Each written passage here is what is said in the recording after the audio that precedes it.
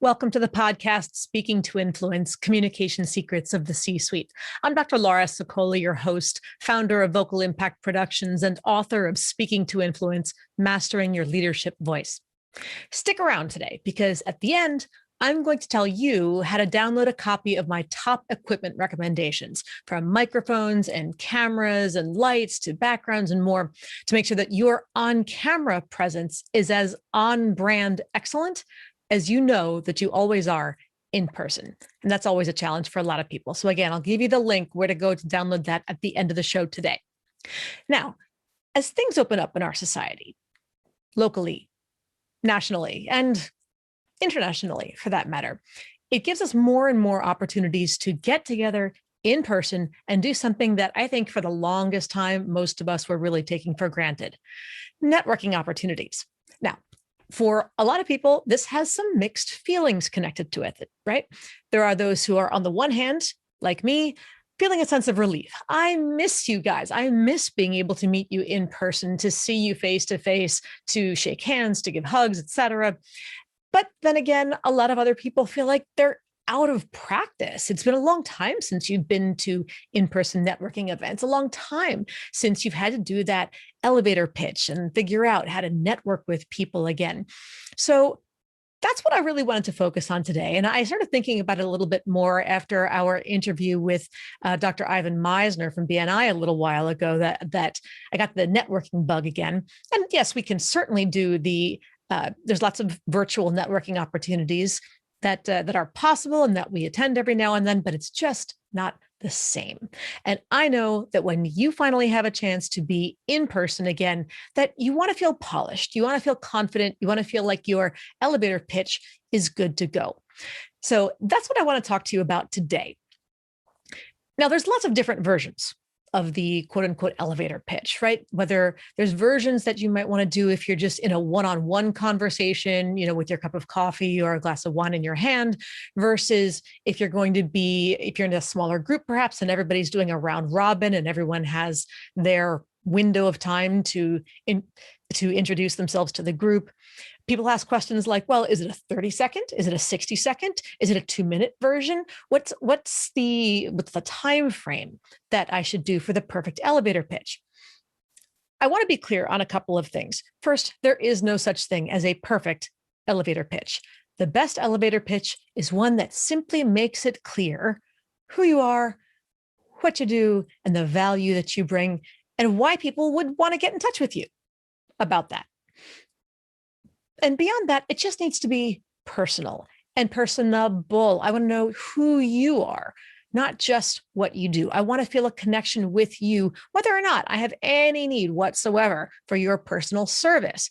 I want to feel comfortable talking to you. So you need to be comfortable talking to me about it. So a couple of things that we want to put aside right from the beginning, some don'ts before we get to the do's. Please, please, please, please, please. If you need to do your elevator pitch, do not start with a big sigh and, kind of look up at the ceiling like you now have to figure out how to tell people this. And especially if you're someone who wears a lot of hats, maybe you're an entrepreneur who is trying to do a whole bunch of different things, or one way or another, don't look like you're about to figure this out for yourself as you're starting to talk to me. I can't stand when I watch somebody's posture suddenly shift into kind of a slouch to the side as they look up and go, well, I do a lot of things. As soon as I hear that, I go, oh God, I'm in for it. Here we go. All right, get comfortable. Where's the bathroom? Or is there a refill? Is there somebody else I can reach over here and bring into this conversation to rescue me from whatever I'm about to hear that is just going to be really tedious? Please don't do that. Similarly, there's a 4-letter word that you need to avoid when describing who you are and what you do. And that 4-letter word is the word just. I don't want to hear things like, well, I'm just an accountant. I just sell insurance, or I just do this. There is no just. That diminishes the value of what you do. And frankly, the difficulty. Maybe to you, it seems simple. Trust me, to me and to many others, it's not. So the minute you say, well, I'm just an accountant, that all that implies to me is you don't like what you do. You may or may not be any good at it. You don't think there's a whole lot of value in it. And you're pretty sure that I'm not going to want to talk to you and that you don't really want to talk to me because you're not really confident or interested because you don't feel interested. Yeah, it just all goes downhill from there. So take out the word just from your vocabulary. So what do? I want to make sure that everybody, when in doubt, follow what my high school senior history teacher used to say. It used to write on my essays more often than not. Follow the KISS principle. KISS, K-I-S-S. Keep it simple, sweetheart. I think, or sport. I think technically it's keep it simple, stupid, but I don't like that version. We're going to do keep it simple, sweetheart, or keep it simple, sport, or fill in the S of your choice from there. The simpler you can make it, the better. So, for example, there's somebody that I met, it has to be 10 years ago, and I thought he had the best elevator pitch ever. He was someone who perhaps less intuitively or surprisingly for that matter, had what most people would not consider the sexiest or most exciting job. He was a sales rep who specifically sold trash cans and recycling bins. That's what his company manufactured. And I'm sure various versions of those kinds of receptacles. But his number one, he was so happy and just excited to meet people. And he was the nicest guy. And I was in the best mood when he talked to him. But his line, very simply, was his name and his company. And he said, we sell the trash cans and recycling bins to corporations, blah, blah, blah. And I have the best job in the world because I get to talk trash all day. And he said it with a big cheesy grin on his face. And as soon as he said it, everybody burst out laughing. And you just liked him. Like, it doesn't matter if you ever need to buy another trash can in your life, much less 100 of them for an office complex. But you just wanted to spend more time with this guy because you liked him. You were going to enjoy the conversation. He made you smile. And you know what? If you did happen to know anybody who needed some industrial size trash cans and recycling bins, you're totally going to remember and call him. So, just shout out to people who it would be very easy for him perhaps to think, well, how do I feel important? How do I sound important? How do I make this sound exciting? No, be you. I want to connect with you. I want to enjoy my conversation, whether it's over a Danish or a cocktail or whatever, for 2 minutes with you in that conversation. And you know what? His elevator pitch was so simple, so clear, and he was so much fun that it didn't matter whether or not we kept talking about the job. I could have spent another 10 or 20 minutes just enjoying conversation with that person. And remember that networking is all about establishing relationships. It is seed planting. That's it. So today, I want us to focus a little bit on just the 30-second version, the simplest introductory bits to explain to somebody who you are and what you do. So we're going to talk about three things: the mindset, the content or structure, and the delivery. Because if you can get each of those three things down, you're solid. You are good to go, and everybody's going to want to talk to you. So number one, let's talk about the mindset. First of all, I hate the word elevator pitch because the word pitch itself sounds like a sales pitch. Like within 30 seconds, you're going to try to stick something in there and stick in some sort of a pitch to get me to buy something. No, I'm not trying to get you to buy anything in the next 30 seconds. That's not what it's about. The pitch is just an intro. Think of it this way. I'm a foodie. I love food. I love to cook. I love to eat. I love restaurants. I love all that kind of stuff. And when you go to a nice restaurant, often at the beginning, the waiter or waitress or server will put in front of you what's called an amuse bouche. And it's like a little appetizer, but it's usually extremely small. It's not something that you order off of the menu. It's just something that the chef chooses to give you as a complimentary beginning to whet the appetite, as it were. Amuse bouche literally translates to that which amuses the mouth. You're just enticing someone, opening them up to wanting more. And that's what you want to do with this 30-second elevator pitch. This is your networking amuse bouche. This is your opportunity to intrigue them and to get them to say to you three little words. Not "I love you," those are always good too, but simply "tell me more." And if they can get more specific, so tell me more about this whatever point that you made in those 30 seconds. That's great, because it's not that you have to get everything in the world in those 30 seconds. You just have to pique their interest and get them to ask you to tell them more about some aspect of it. Then you know exactly what other details to include, which makes your life so much easier. Nobody wants you to do a 2-minute data dump. A 2-minute monologue is a long monologue when somebody's sitting there in front of you. So just give them a little bit and then let the conversation volley back to them and see where they go with it. And at that point, if they do ask you for more information about something specific, it's because it's what they're interested in.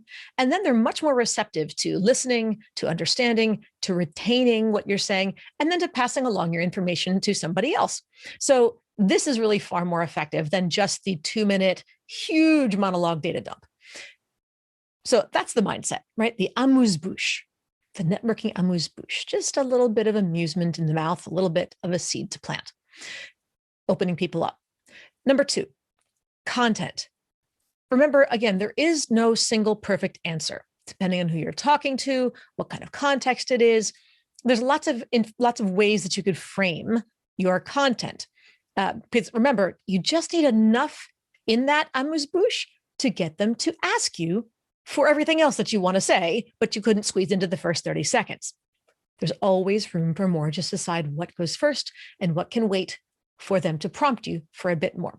So very simply, of course, you're going to start with your company. You're going to include your role or your title.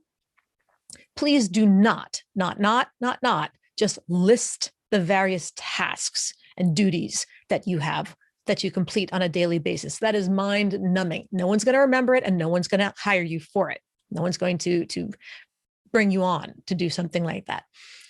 What you do want to do, however, especially in those first 30 seconds, is to tell people not just what you do, but the value that you deliver from the results that you get, for whom you get them, and what you love about doing it. I'll say that again. The 3 things you want to include, aside from, name, rank, serial number, is not just what you do, but the value that you deliver, for whom you get that value, and why you do it. What you love about doing it, your favorite part of the job. This makes it more interesting to listen to, because if you like something, they're going to like it. Or at least they'll know that you like it. And that's hugely important, because I only want to hire somebody or do business with somebody who likes what they do. Why would I hire you if I think you hate your job? That means you're probably bad at it, or you're not going to give me really good service. So being positive about it and sharing what you love is really important. So for example, I had a client who was the head of IT infrastructure at a major tech company. And now I'm sure every day her email was blowing up, that she had meetings all over the place. She was in charge of 75 different aspects of the company. So at that point, how are we going to distill that down to 30 seconds or so? What she ended up being able to do was simply say that with everyone working remotely, whether because they were traveling, working from home, et cetera, the fact is people could log in from anywhere and know that everything just works. So if you can freely do your job, it's because I did mine. And that's really satisfying. That's what you would say. So no matter where you log in, if you can freely do your job, it's because I did mine. And that's what I love. So that's something that she could use during a round robin at a more formal event, during a one-on-one conversation in passing between the hors d'oeuvres, et cetera. Or she could also say that if she met the CEO of the corporation in the elevator one day, and if that person turns to her and says, "So what do you do for me? Why do I pay you? What do you do for my company?" She could say that. Well, when you're working from home, you're working here, you're working there. When you log in and things just work, that's because I've done my job for you. Who doesn't get that? I don't need to know how you do it. I get why I care about it. That's a perfect pitch. Now, for mine, it could be a little bit, it's obviously going to be a little bit different because my work is totally different. So I would tell people that my name is Laura Sicola, company, blah, blah, blah, all that kind of stuff. But that for me, I'm a leadership communication and influence coach. So my job is to make sure that nowadays, whether you're in person or on Zoom, you're not just talking to people, you inspire them. Because when you inspire people, they get it. Then they get on board with your ideas. And that's when you get more yeses. Yes to the promotion. Yes from the board. Yes from your clients. And I love hearing all those yeses. And more importantly, seeing people become the kind of leader they always knew they could be. That's what I start with. And then people can ask questions. Oh, do you do coaching? Do you do training? Is it one-on-one? Or is it a particular industry? Is it a particular, wherever the conversation goes, that's fine. And you never know what kind of questions they ask or comments they want to share. Now, another way I could go perhaps is simply to say, after mentioning that I'm a leadership communication and influence coach, I could pose a question, something along the lines of, my clients have to ask themselves, as a leader, when you speak, do you captivate your audience or just hold them captive? Most people do the latter. But the problem is, it's not enough to be the brains behind the operation. You have to be the face and the voice in front of it. And I help people do that confidently and authentically to get the results that they want. Again, there's no single perfect way. Could I make either of those better? Sure. Would I adjust them depending on who my audience is? Sure. If I were to sit here and think about it over and over and over again, would I tighten them up and change them and edit 47 more times? Yeah, probably. That's okay. There is no single perfect way. It just has to be personal. It has to be your style. And it has to just give people, again, that taste of what you do. Now, to the extent that you're coming up with a lot of, yeah, but kind of pushback. Again, even if you're I'm going to use a totally polar opposite example from my kind of work. Let's say you're a tax accountant. Maybe you don't feel like it's the most exciting, or what I hear a lot from people who are accountants in those kinds of jobs is, well, but other people don't think it's exciting. People aren't going to think it's exciting if I tell them I'm an accountant. I don't care if they think accounting is exciting. I don't think accounting is exciting, but I want to hire an accountant who does.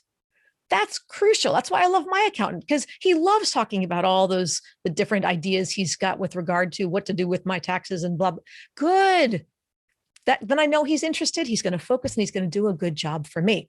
So think about this. What pain do you prevent for your clients? What opportunity do you bring them? What pleasure, what peace do you bring them? And for that matter, what do you love about it? Trust me, there's no job I would be worse at than being a tax accountant. But why do you love it? Do you love seeing how much you can save people? Is it a game to you? Is it fun? Is it like solving a puzzle, kind of forensic accounting? Is it exciting, like being on some crime show? You're doing your forensic discovery as well. You just have to show that you love what you do. And that's not only in the content, but that brings us to point number 3, and that is the delivery. The way that you work out your content and deliver it has to be conversational, and it has to sound like you. And that's why you can't just talk it out. That's why you have to talk it out. You can't just script it, because if you just write your script, trust me, it will sound extremely formal and stilted. So you have to practice. You have to read it out loud, read it to yourself, record it. And as you're saying it, first ask yourself, does this feel like me? Would I actually say this? Or do I sound really kind of geeky or stuffy or just awkward or overly formal? Or would I even want to talk to myself if I heard that come out? Okay, if the answer is no, then back up. What would I say? What would sound natural?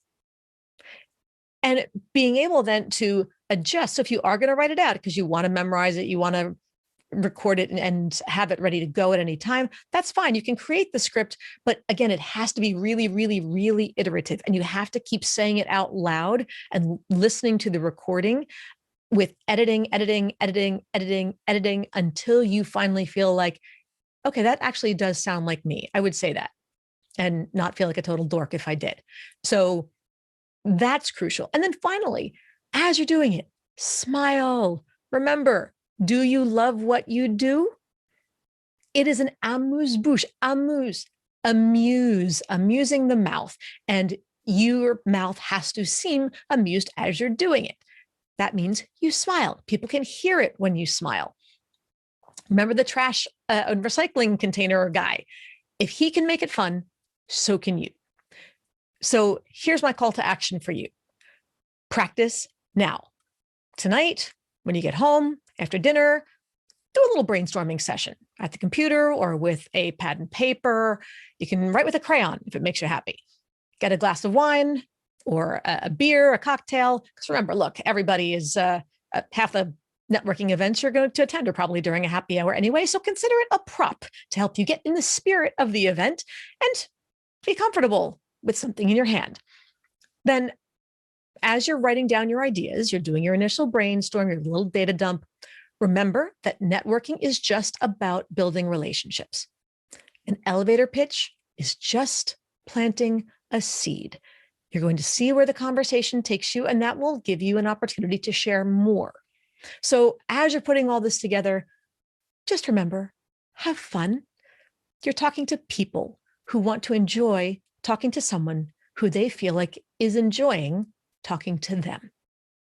Enjoy the process, have fun, and I can't wait to see you at some upcoming networking event so I can hear your elevator pitch. With that, thank you once, as always, for tuning in. Be sure to subscribe so you never miss an episode. And don't forget, of course, to give us a 5-star rating on iTunes so we can help even more people develop their confidence, presence, and influence. And finally, as I promised, if you want the free download of my list of recommended equipment to make sure that your personal and professional brand comes across as amazing on video conferences as you are in person, go to, ready? speakingtoinfluence.com/equipment. I'll say it again. Go to speakingtoinfluence.com/equipment. I'm Dr. Laura Sicola, and you're listening to Speaking to Influence, Communication Secrets of the C-Suite. Hi, everyone. This is Dr. Laura Sicola, and I want to sincerely thank you for listening to the Speaking to Influence podcast. If you love listening to these episodes as much as I love bringing them to you, be sure to subscribe so you never miss an episode. And please go to iTunes right now to rate and review our podcast in order to help us expand our reach so even more people can master the 3 C's to command the room, connect with the audience, and close the deal.